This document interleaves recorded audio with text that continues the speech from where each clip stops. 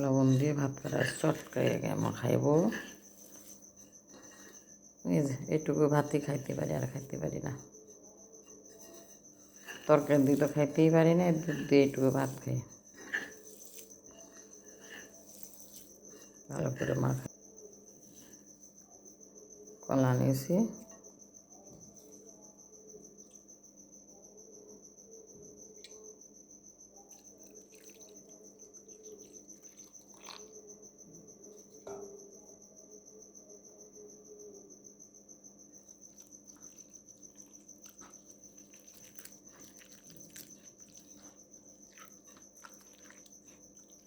বিসমিল্লাহ বলে এবার খাবো। বিসমিল্লাহ। ঠান্ডার নিয়ামত।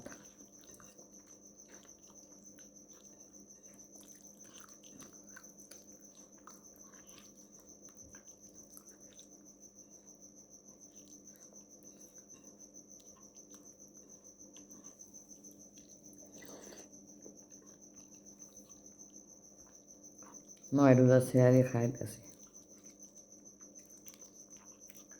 দেখতে দেখতে 9টা রোজা পার হয়ে যাবে। রোজায় পড়লে আল্লাহ রহমত, রোজা কখন যে শেষ হয়ে যায় টের পাই না। আল্লাহ তোমার রহমত নাজিল করে আল্লাহ।